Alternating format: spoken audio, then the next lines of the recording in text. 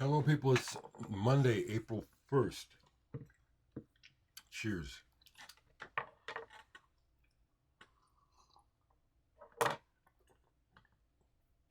No, I don't like April Fool's jokes. I don't.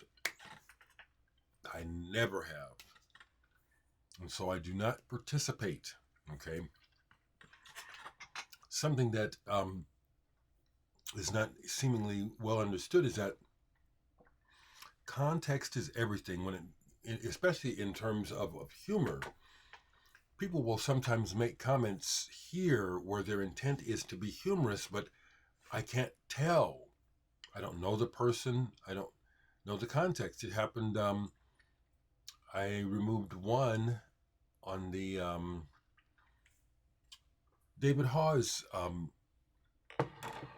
interview, and turns out the person meant no harm, but I didn't know. It was like, I'm a little PTSD when it comes to this social. I'm here interacting, but I've dealt with some pretty low down people, and so my guard is up. Okay. So no April Fool's jokes here. None. So, update. Yesterday I taped the segment for Mike Watt's radio show. Then he gets a hold of me later in the night and says he messed up and somehow erased part of the show.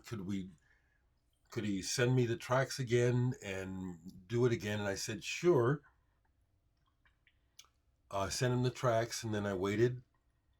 And then I went to bed. And consequently, I get up this morning and see where he tried to get a hold of me after I'd gone to bed to wrap up the segment. So hopefully he'll get a hold of me today and we can wrap that up. I really enjoyed, for the second time, talking to Mike Watt. He is a living legend, and he strikes me as someone who gives a lot. I know he receives, I would think he receives a lot of love, but I suspect that he deals with depression like me. I'll bet. I heard it in his voice. So we'll try to get that done hopefully today. And other updates, just the stuff that I'm doing. I am guest lecturer at California State University again tomorrow night. A class on, I forget. Okay, so there's that stuff. Then yesterday, I'm not religious. I'm spiritual.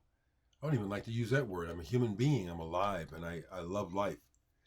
So my only participation in Easter online yesterday was to play Easter by Patti Smith. And my copy is beat because I found it used. I love and respect Patti Smith. I really enjoyed this, actually, more than I thought I would when putting it on. I've told the story a few times of when I met Patti Smith. She did an in-store here in Omaha. And I was smitten by her and asked for her autograph.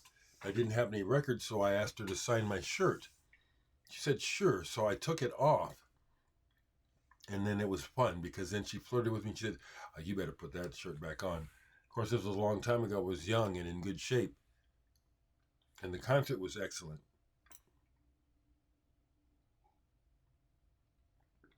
So, other thing is I talked to Mike during the show and said, hey, I do this, but I do it on YouTube. Why don't you come onto my show? He said, sure, just let me know when. So I'll be having Mike Watt on here. I haven't set up a time yet. Today I probably will, when I hopefully will wrap up the What from Pedro show today.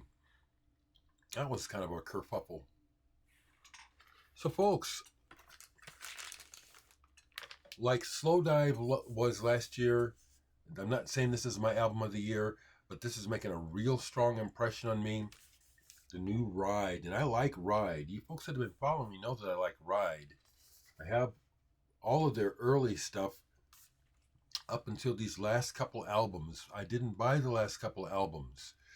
Um, I saw their promotion for this and looked at the lyric videos, liked it a lot.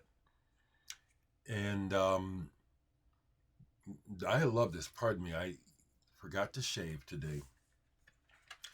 I went ahead and peeped the lyrics because I had told you that I thought one song reminded me of Starkweather by Icky Blossoms. It's the way the song goes, because the song is not about murder, it's the exact opposite. But the song on here, Midnight Ride, these songs are good. This is what I'm into. Midnight Rider. He is talking about waking up and being human, caring, trying to make themselves a better people. I said, I'll be damned. Let's look at these lyrics. And then the music. I love this. Sunrise Chaser, which comes right before Midnight Rider, it's on my radio right now. I hear it in my head and I have to play it. And I like it when this happens. When a song or a piece of music hits me so hard, man, I hate the way that light does that. It makes me all yellow and shit. But then I hear the song in my head, then I have to hear it. And so I'll play it a few times. And this will happen for days. And I like that. And this ride is hitting me there. It's because I like pop music. I do like pop music, but I like good pop music. Someone asked me if I recognize quality even if I don't like the style. And the answer is yes. I recognize quality. I also recognize craftsmanship. Craftsmanship doesn't always translate into something that I like or want to hear. I respect it. But, like, for example, there's this band Polyphia, the guys that are real adept on the guitars. That is interesting, and some of the music is interesting, but it's not what I'm looking for. There was a time, but no, it's I know what I like.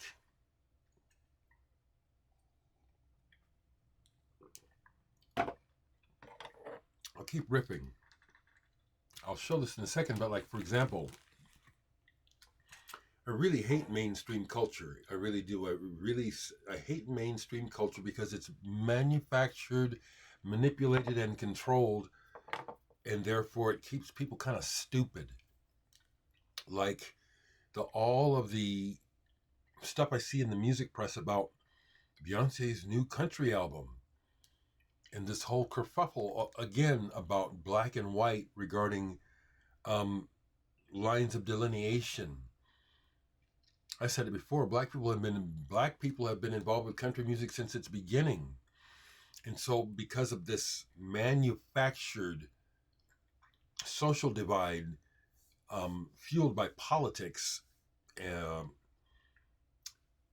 people are talking about it like it's some kind of big deal that Beyonce made a country album, and then other people saying it's not a country album. She just made a new album, and I am not interested at all. I've listened to a little bit of it.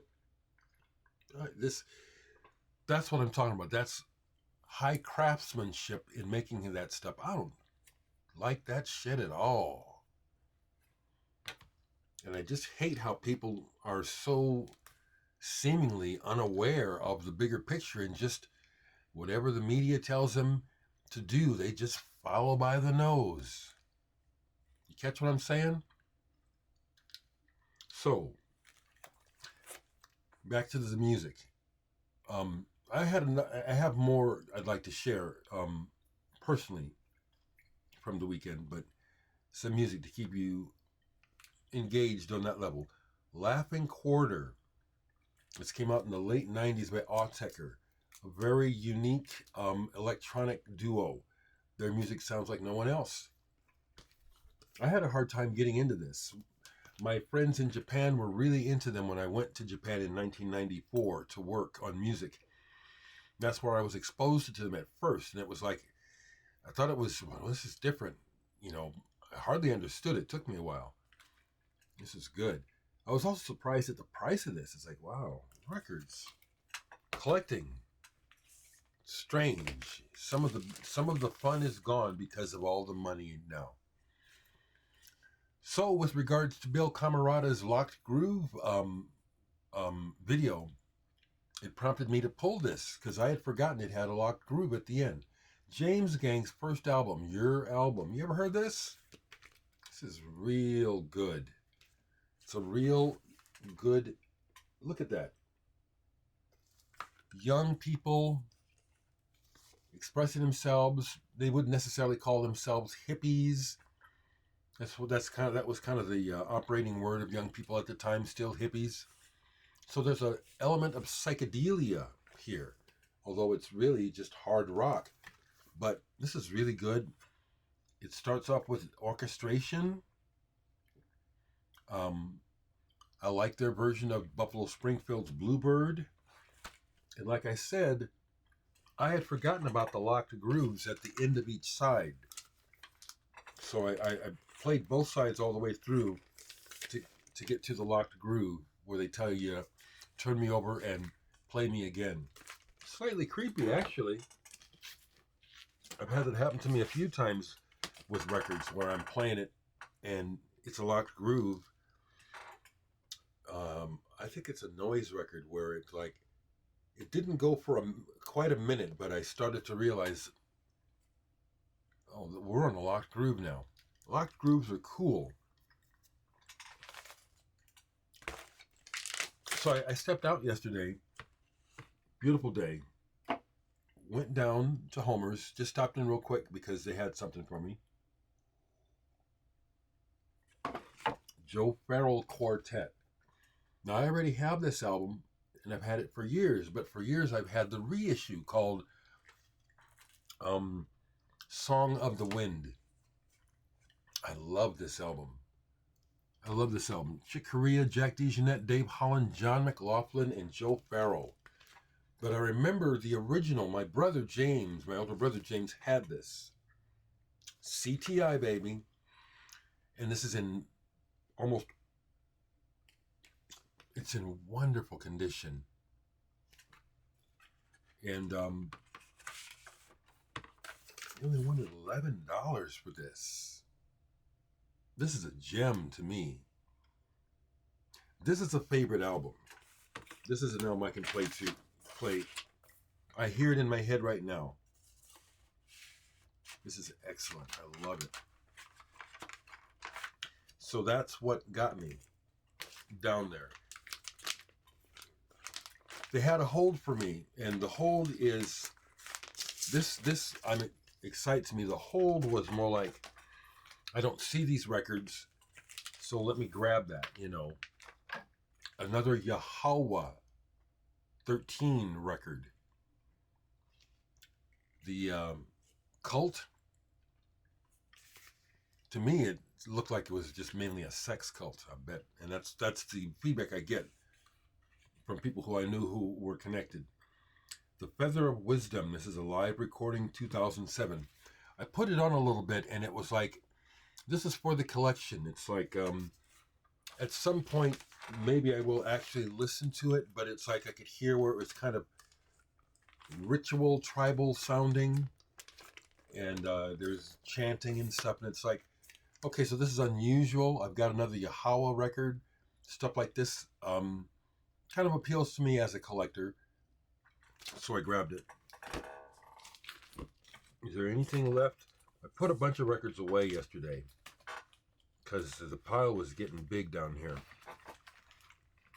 So that's it for stuff that I haven't shown that I played yesterday.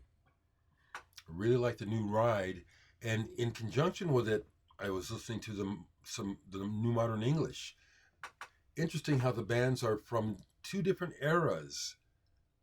They're both still going, and they sound great, side by side. I listened to some of the New Modern English. Well, what I did was I made a CD for bedtime. I'm digging the ride so much, but I put on my favorite songs from the New Modern English, leading into my favorite songs from the New Ride to listen to as I fall asleep. And it was a great program. Both these albums are really good.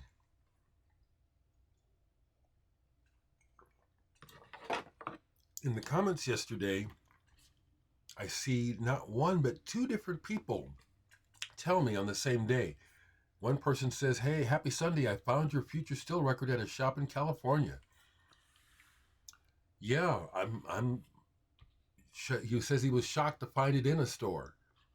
I'm glad you found it in a store. My album is on a small label out of Chicago that has international distribution, so I'm glad to see that it's working. So there was that. Then another person let me know that they found two of my records, I think used, and that was cool. Now I'm seeing a couple of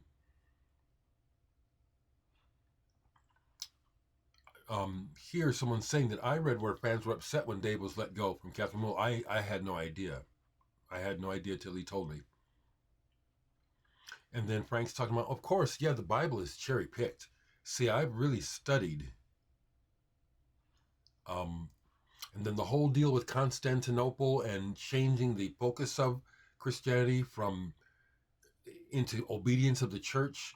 I'm hip.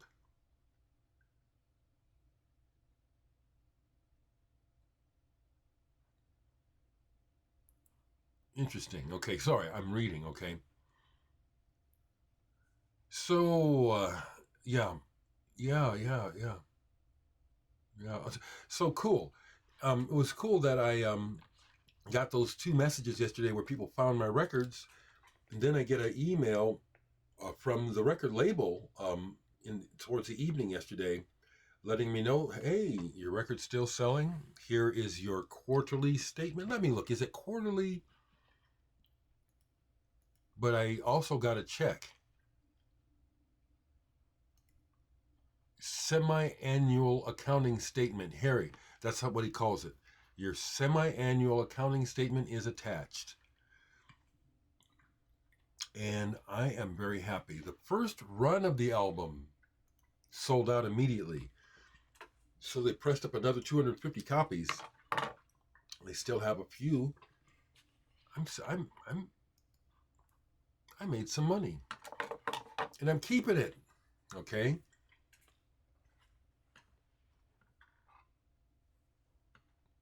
That's a good feeling. It's also a good feeling to know that when I'm ready, they will put out my next record on vinyl. I heard from James this weekend, but not Blake. James is talking about coming over next weekend to get back to work. Maybe he'll bring Blake with him. If Blake is out of the picture, then we are moving forward.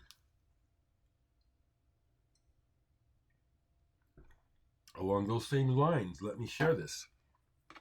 My friend who had the crisis where he had to call me because he was, I told you the story about what in the last 2 weeks where he called me, had his mom call me because he was freaking out. He had done mushrooms and had a very strong emotional response. Freaked him out, and he was feeling suicidal. He stopped by yesterday, brought me Easter dinner from mom. It's these little things that let me know that I'm living right as far as my personal path. I can't tell anyone else to do what to do. And anyway, so we have a pleasant conversation. He's doing pretty good, but then it shifts into counseling and therapy. If you don't understand the word therapy, therapy is helpful interaction, even within the self. An interaction that is helpful is therapy. And so, and I always check with him. It's like, if you don't want to talk about this, we don't have to, but you bring up things and it's like, I want to go there. And We did, so we talked about his, seeing a doctor, getting ready to see another psychiatrist, thinking about medication. And I had to talk to him about, well, what do you expect from the medication? Do you think that the medication actually will change the way you think? And he did, like a lot of people. And the thing is, I know from experience and also from education that for the most part, we do not know the mechanism of action of most psychiatric medications. There's a lot of tranquilizing. There's a host of effects that when you do trials and how you make a drug ready for the market, that you see these results steadily, and then there are these others that may be the outcome. So with psychiatric medication, for the most part, it does not directly, it can't get in there and fix your thoughts. It can work with your chemistry and electricity where you may end up being in a better place physically and mentally to work on yourself or to refocus your thoughts and try to change your habits. And that's really what came out from the conversation, is that my friend was able to say, because he's smart, he just wants everything to be fixed, like a lot of people. He just wants it to be better. And he still has chasing that magic bullet that maybe if I get on the right medication, I'll just feel better. Well, you might, but you probably won't. You need to get to work. And I told him these conversations with you help me. I'm a mess. I have problems like everybody else. I'm up here talking about music and stuff. But I have issues and challenges. Don't need to tell you all about them. But I address them when I can, and some things I don't, because that's life. But I told him, I know from experience, after 3 suicide attempts, one really close, got real close. And that's when I realized I don't want to die. I need to get up off my ass and take care of myself. It's what he needs to do. And the other thing that kept coming up, and this is what a lot of people do and don't realize it, we spend way too much time grousing about something in the past or tripping about something in the future that hasn't happened. And he does that in spades.